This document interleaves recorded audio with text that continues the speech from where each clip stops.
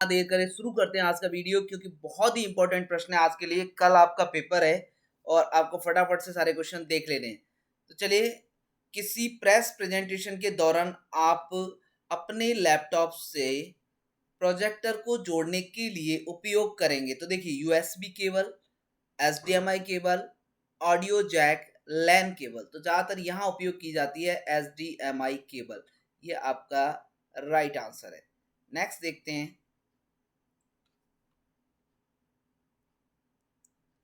अपने ब्राउजिंग इतिहास को संग्रहित होने से रोकने के लिए आपको कौन सी ब्राउजिंग सेटिंग का उपयोग करना होगा। मतलब आपकी हिस्ट्री उसमें जमा ना हो।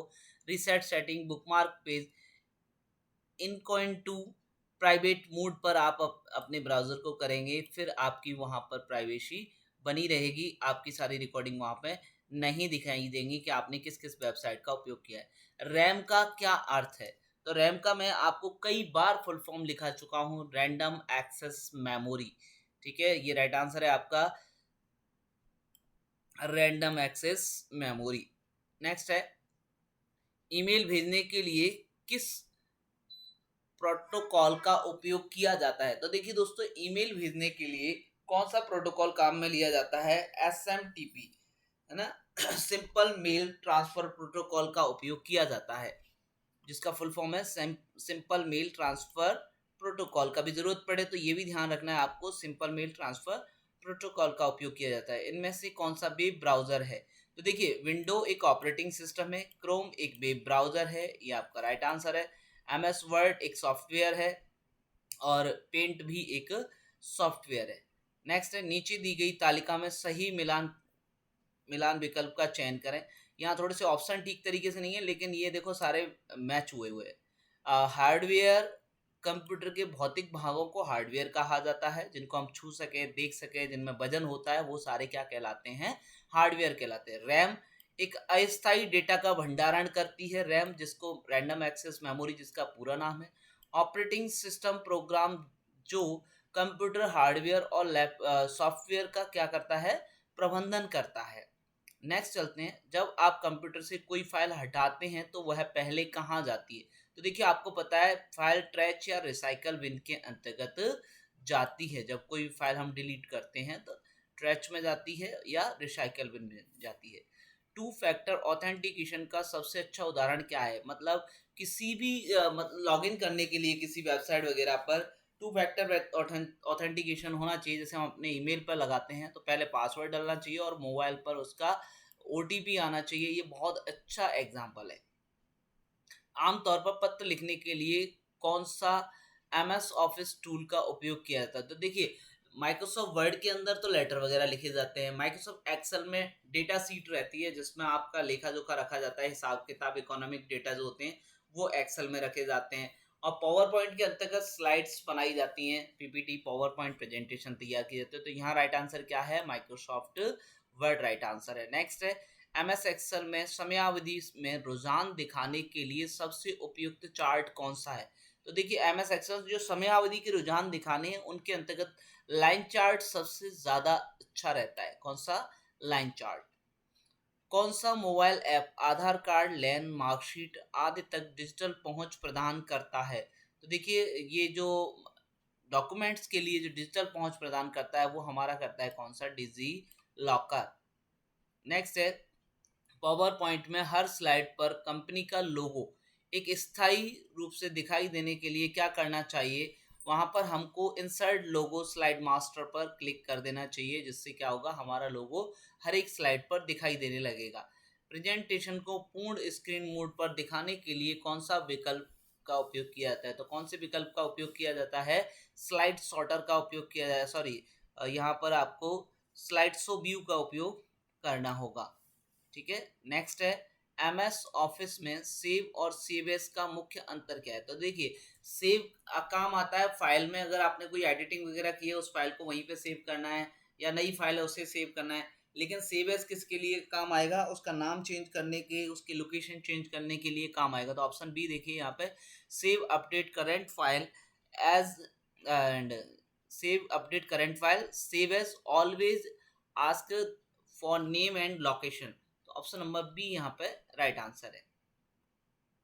एक्सेल में 1000 से अधिक मान वाले सेल को लाल रंग में हाईलाइट करने के लिए कौन सी सुविधा का उपयोग किया है? तो ये हम आपको बहुत सिखाते हैं यहाँ पर। ये कंडीशनल फॉर्मेटिंग बहुत नॉर्मल सी चीज़ है, इसका उपयोग किया जाता है। यूआरएल का पूरा रूप क्या है? Uniform resource locator. आपको बिल्कुल याद कर लेना है, ये बहुत आते हैं ये क्वेश्चन, बड़े बड़े छोटे छोटे से क्वेश्चन है लेकिन बड़े काम के हैं। Uniform resource locator. नेक्स्ट है जीपीएस का पूर्ण रूप क्या है? Global positioning system. जीपीएस का पूर्ण रूप क्या है? पूर्ण रूप global positioning system. Online banking का मुख्य लाभ क्या है? देखिए, ऑनलाइन बैंकिंग जो काम करता है वो 24/7 आवर काम करता है। मतलब आप सप्ताह के सातों दिन 2400 घंटे कहीं भी हो, कैसे भी हो, आप लेन देन कर सकते हैं, अपना बैलेंस चेक कर सकते हैं। ये सारे काम होते हैं इस वजह से 24/7 एक्सेस फ्रॉम एनीवेयर। कहीं भी बैठ के आप एक्सेस कर सकते हैं, बैंकिंग सुविधा का लाभ ले सकते हैं ऑनलाइन बैंकिंग के द्वारा। ऑनलाइन रेलवे टिकट बुक करने में कौन सी सेवा मदद कर रही है? तो देखो दोस्तों, आईआरसीटीसी कर रही है। IRCTC, Indian railway catering tourism corporation. Next है कंप्यूटर वायरस क्या है? तो देखिए, कंप्यूटर वायरस क्या होता है? जो कंप्यूटर को हानि पहुंचाने लगता है, ऐसा एक प्रोग्राम होता है। A program that harm your computer, जो आपके कंप्यूटर को नुकसान पहुंचाए, ऐसा एक प्रोग्राम क्या कहलाता है? वायरस कहलाता है। यदि आप किसी इंटरनेट कैफे में सार्वजनिक कंप्यूटर पर अपनी संवेदनशील व्यक्तिगत जानकारी जैसे ईमेल, बैंकिंग एक्सेस करते हैं, तो काम खत्म करने के बाद आपको क्या करना चाहिए? तो दोस्तों, वहां पर आपको क्या करना चाहिए? लॉग आउट भी करनी चाहिए अपनी आइडिया, और उसके बाद में वहां से डेटा, जो भी ब्राउज डेटा किया है आपने, उसको क्लियर हिस्ट्री कर देना चाहिए। तो यहाँ option number C right answer है। Log out from all account and clear browsing history cookies and possible. तो ये यहाँ पर राइट आंसर है। लिब्रे ऑफिस इम्प्रेस मुख्यतः किस कार्य के लिए उपयोग किया जाता है? तो दोस्तों, मैंने आपको बताया लिब्रे ऑफिस के अंतर्गत भी कई सारे प्रोग्राम है, जैसे माइक्रोसॉफ्ट ऑफिस में प्रोग्राम है, लेकिन लिब्रे ऑफिस का जो इम्प्रेस है वो काम करता है प्रेजेंटेशन डेवलप करने के लिए। तो डेवलप प्रेजेंटेशन के लिए क्या काम आता है? लिब्रे ऑफिस काम आता है।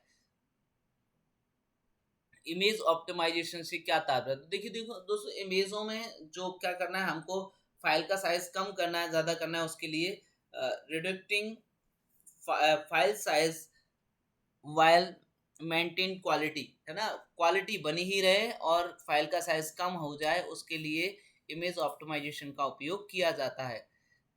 24 नंबर क्वेश्चन है, यूपीआई ऐप बैंक खातों के बीच त्वरित धन हस्तांतरण की अनुमति देते हैं। नंबर 1, मतलब ये यहाँ पर आपका एक कथन है जो कि एकदम राइट है। सेकंड कथन, गूगल मैप का उपयोग फोटो संपादन के लिए किया जाता है। नहीं दोस्तों, गूगल मैप का उपयोग फोटो संपादन के लिए, फोटो अपलोड करने के लिए नहीं किया जाता है। ये तो उपयोग किया जाता है किसी लोकेशन को देखने के लिए।